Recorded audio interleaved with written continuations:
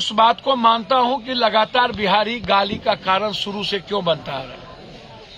जनहित की आवाज न्यूज चैनल में आपका स्वागत है। आप देख रहे हैं जनहित की आवाज न्यूज चैनल। पूर्व सांसद राजेश रंजन उर्फ पप्पू यादव ने बिहारी अस्मिता और नेता के सवाल पर प्रेस वार्ता के माध्यम से क्या कहा। इसमें पहला सवाल है कि ये परिस्थिति पैदा क्यों।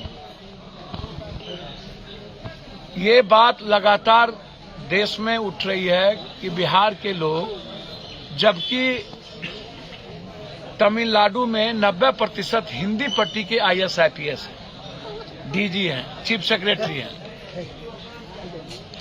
मैं उस बात को मानता हूं कि लगातार बिहारी गाली का कारण शुरू से क्यों बनता है।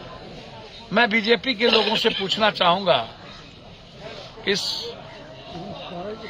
याद करिए जब बाला साहब ठाकरे साहब थे, जब बिहारियों को मराठी बिहारी के तर्ज पर जब मार के और डैगर मारा गया था छात्र को, जिसको हम लाने गए थे, और फिर उस छात्र को हम लोग स्थापित किए पटना यूनिवर्सिटी में ला करके।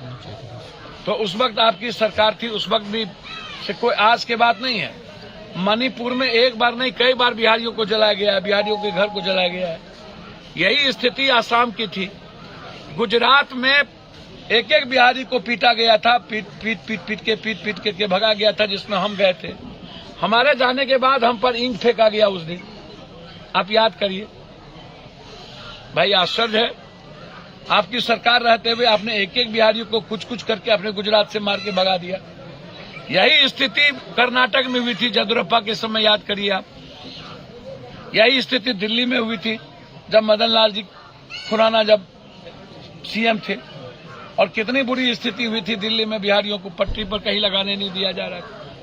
फिर यही स्थिति जिस वक्त डिप्टी CM साहब तेजस्वी जी कर्नाटक गए थे, स्टालिन के जिस वक्त मंच पर जब सम्मानित हो रहा था, उस वक्त लगातार किसी न कारण से बिहारी पीटे जा रहे थे। हम उसी वक्त यदि वहां पर स्टालिन से बात करके और इन सवालों को जो संघीय व्यवस्था में है, बिहारी तो बड़ा दिल दिखाता है। हम डोमिसाइल मुद्दों की बात लगातार कर रहे हैं। ऑन स्टेट में डोमिसाइल मुद्दा लागू है बहुत ज्यादा जगहों पर, और आप 60-70% बाहर के लोगों को ला करके आप टीचर में अन्य जगहों पर आप भी कर रहे हैं। कभी आप कहते हैं कि मैं आपको घर मकान दूंगा, कभी आप 9 से 5 में लेते हैं। आप लगातार आपकी पॉलिसी बिहार के हित में क्यों नहीं है। दिल्ली पहले वैसे ही बिहार के हित में काम नहीं करती है।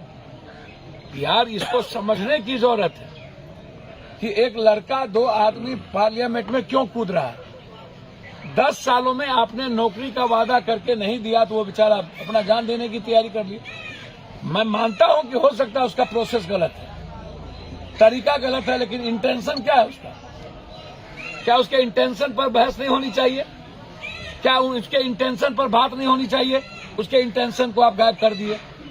उसके बाद आपने उपराष्ट्रपति को जांच करा दिया इस मुद्दे को खत्म करने के लिए।